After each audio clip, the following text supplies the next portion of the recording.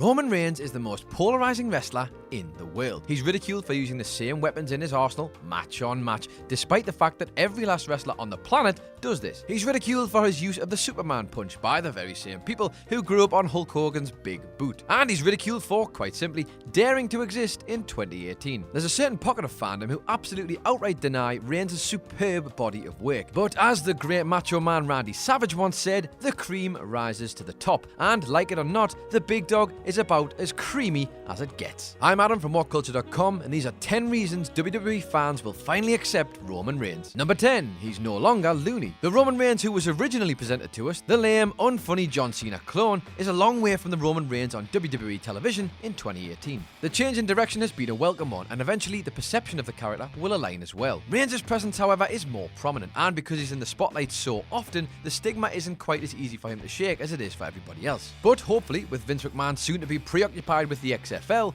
Roman will get a chance to shine without the micromanagement. Reigns has already cut the nonsense from his promo game, and throwing in the odd bitch every now and again, albeit obvious, is a huge improvement from tater tots and suffering succotash. Jesus Christ, I can't believe that actually happened. He's also no longer presented as a smiling family man like he was in 2015 when he was up against Bray Wyatt. Bloody hell, can you imagine Stone Cold Steve Austin at the peak of the Attitude Era, unironically having a goddamn cup of tea with his kid? Who the hell was writing this?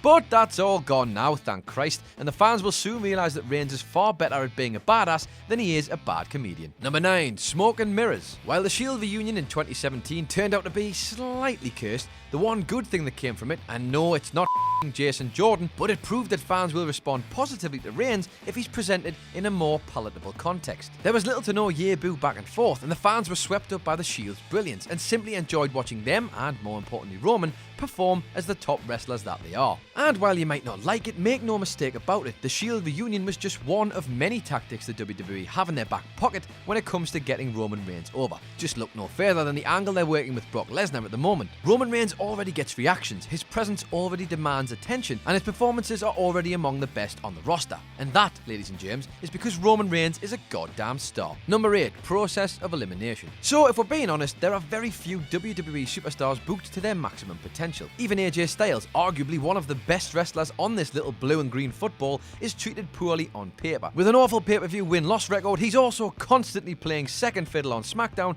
to Cammy and their never-ending feud with Shane McMahon. Oh! Bugger off, Shane, you sweaty sausage! Meanwhile, the divide between wrestlers transitioning from NXT to the main roster is proving more and more difficult with each promotion. Bobby Roode was truly glorious on the yellow brand, and he's been pitched at half-mast on SmackDown in a middling babyface role. The Revival, quite literally one of the best tag teams in the company, have been forced to tread a line dangerously close to the Ascension territory. And as for Ty Bloody Dillinger, a man who worked his arse off to forge an incredible relationship with the audience in NXT, well, we might as well put his face on a goddamn milk carton at this point. Through little fault of his or theirs, many of Reigns' peers don't get that level of investment, and the big dog remains a constant in Vince's weird little world of billionaire bullshit. Number 7, he will continue to grow as a performer. For a man who was written off by some as a creature of routine, Roman Reigns' body of work has an incredible diversity. His matches with Braun Strowman were entirely absent of the top babyface versus resident monster hallmarks that we see with so many of these types of matches. The two men fought with urgency, paced with the anti-methodical speed of this generation. Reigns uses his key weapon, power, to shrug off the technical wizardry of his indie darling opponents, and can modify his style depending on who he's wrestling. There is no strict template for a Roman Reigns match. Much like the greats before him, Reigns will elevate his peers in the months and years to come, but conversely, as the roster improves, so too will he. A bit like Goku in Dragon Ball Z, actually. Oh my god, can you even imagine the merchandise? As the next few years move by though, the likes of Drew McIntyre, Andrade Cien Almas and Aleister Black will all be coming up to the main roster. These matches will be highly anticipated and not dreaded, giving us more than a few matches to look forward to in this brand new Roman Empire. Number 6, weaknesses acknowledged. John Cena remains the only real example of a babyface performer treated as a heel by fans for years and years on end. So inevitably, a comparison to the champ was always going to happen. The extent to which WWE protected Super Cena bordered on the laughable. He was beatable by spooky little kids, Jon Stewart and Kevin Federline, but not by a fellow performer using their skill and skill alone to pin his shoulders to the mat. This series of do-do-do-do became so laughable that it gave birth to the Cena wins lol meme. In contrast, however, Reigns ate the pain at SummerSlam's Fatal 4-Way main event in 2017. He loses more often than you'd like to admit, through means that aren't hysterically over the top, and defeats for his opponents don't necessarily damage them. Moreover, WWE used Cena to absolutely assassinate Reigns' character last fall, using those reality-leaning promos to hype their battle ahead of No Mercy. Separating Reigns from Cena and all of his stigmas, something WWE are actively doing as we speak, and the Reigns wins lol narrative will soon dissolve. Number 5. The distant future is hard to predict. The events of WrestleMania 33 all but foreshadowed the grand finale to come in New Orleans. Roman Reigns and Brock Lesnar are the two who put the 2 in 23 and 2 and yada yada yada. The Big Dog versus the Beast was inevitable, and Reigns will, and more importantly is ready to, conquer the Conqueror at this year's show of shows. Admittedly, this pissed fans off for most of 2017, as on more than one occasion it felt like the stakes had been removed. As a result, you get fans focusing not on the results of Lesnar's matches, spoiler, Brock wins, but more so on how the Brawns and the Samoa Joes of the world will benefit from wrestling him. As wrestling fans, we want stakes, we want consequences, and we want surprises, none of which this formula delivers. Lesnar dispatched Samoa Joe in just 6 minutes at Great Balls of Fire, and at No Mercy, Braun Strowman lasted just 3 minutes more. With one F5, Lesnar thwarted the monster, and anyone else in recent months, to put over the power of the F5. Less of a push and more of an all-out assault in which the main roster became collateral damage, we've reached that point where ultimately, come WrestleMania 34, Roman Reigns will do the unthinkable. He'll kick out of an F5 and go on to win the Universal title, defeating the one top man he's never defeated. The outlook for the remainder of 2018 remains unknown, but with any luck, that unpredictability will restore the stakes, consequences, and surprises we've been so desperately missing. Number 4. A heel turn is not unthinkable. As we've already established, Reigns is not John Cena. He doesn't grant wishes. If he did, he'd have already turned heel already, am I right? He doesn't do reality TV shows, and moreover, he isn't the objective draw that his supposed predecessor was. Cena was a merchandise-shifting revelation. He exists now as the only free agent on the roster because, let's face it, he's the only talent on the roster with enough pull to pop a one-off TV rating. Now, Reigns is a merchandise draw, but elsewhere his absence from WWE TV is barely appreciable. WWE could never allow themselves to turn Cena heel, even if ultimately it meant the fiction suffered for years with his character at the forefront. The reality, however, was that Cena's drawing power and PR-friendly persona resisted all temptation. Now though, when the brand more than ever is the draw, the prospect of Reigns turning heel is a far likelier prospect. In theory, a turn would allow Reigns to tap into his palpable, natural smugness that so many find alienating, playing into the Superman act perfectly. Wrestling history virtually guarantees that the route to fan acceptance is paved in bad behaviour. And can you imagine Reigns as a smirking, up his own arse heel, ironically recycling suffering succotash as a full-time catchphrase? Jesus Christ, just shut up and take my goddamn money already.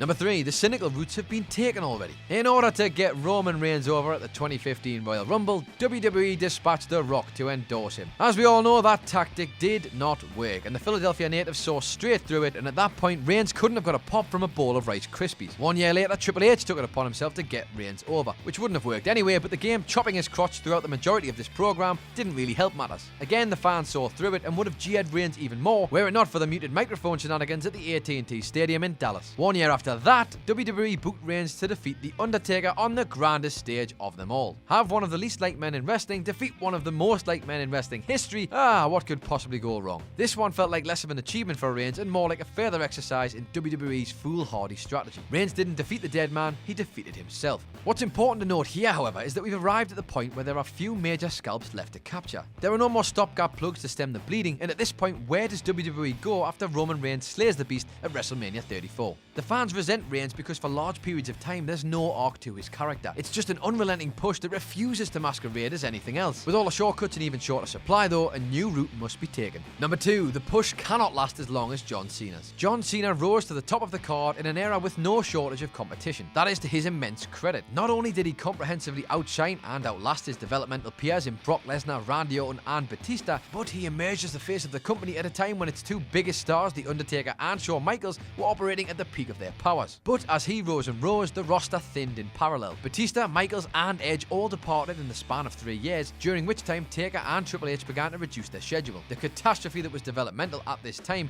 meant that these stars were not being replaced. Instead, Cena rampaged through a field of mid-card acts time and time again, with those who possessed any potential being denied and fed to Big Match John because Cena needs that protein, yo! The focus was myopic but very lucrative. John Cena, without any doubt, was the man. Fast forward to a very different and modern landscape, and Roman Reigns is the guy. In the time elapsed, WWE have plundered the independent and worldwide scenes to shape its roster in the post-NXT era. Although still not quite achieving its maximum potential, Reigns is nonetheless faced with incredible stars ready to step up and take the baton from his hands at any given moment. And number 1, Big Match Roman. Even if Roman Reigns does follow in the footsteps of John Cena, remember where that road led to. Whether through sheer persistence, a genuine improvement in form, or sheer exhaustion at the constant fight, John Cena evolved into Big Match John at the midpoint of his decade-long reign. Even those who loathed Cena more than most for his widely inconsistent selling, for his big brotherly hug of an STF, or for that smug face that was spewing horrendously unfunny jokes week upon week, grew to accept the man. Over time, Cena perfected the cosmetic main event formula. His matches were never the richest, smoothest, or varied for that matter, but in the moment they were so loud and so exciting that the resistance became futile. Many became fans of Cena or learned to appreciate him, at least involuntarily. The sentiment will eventually define Reigns, even if his character, like Cena,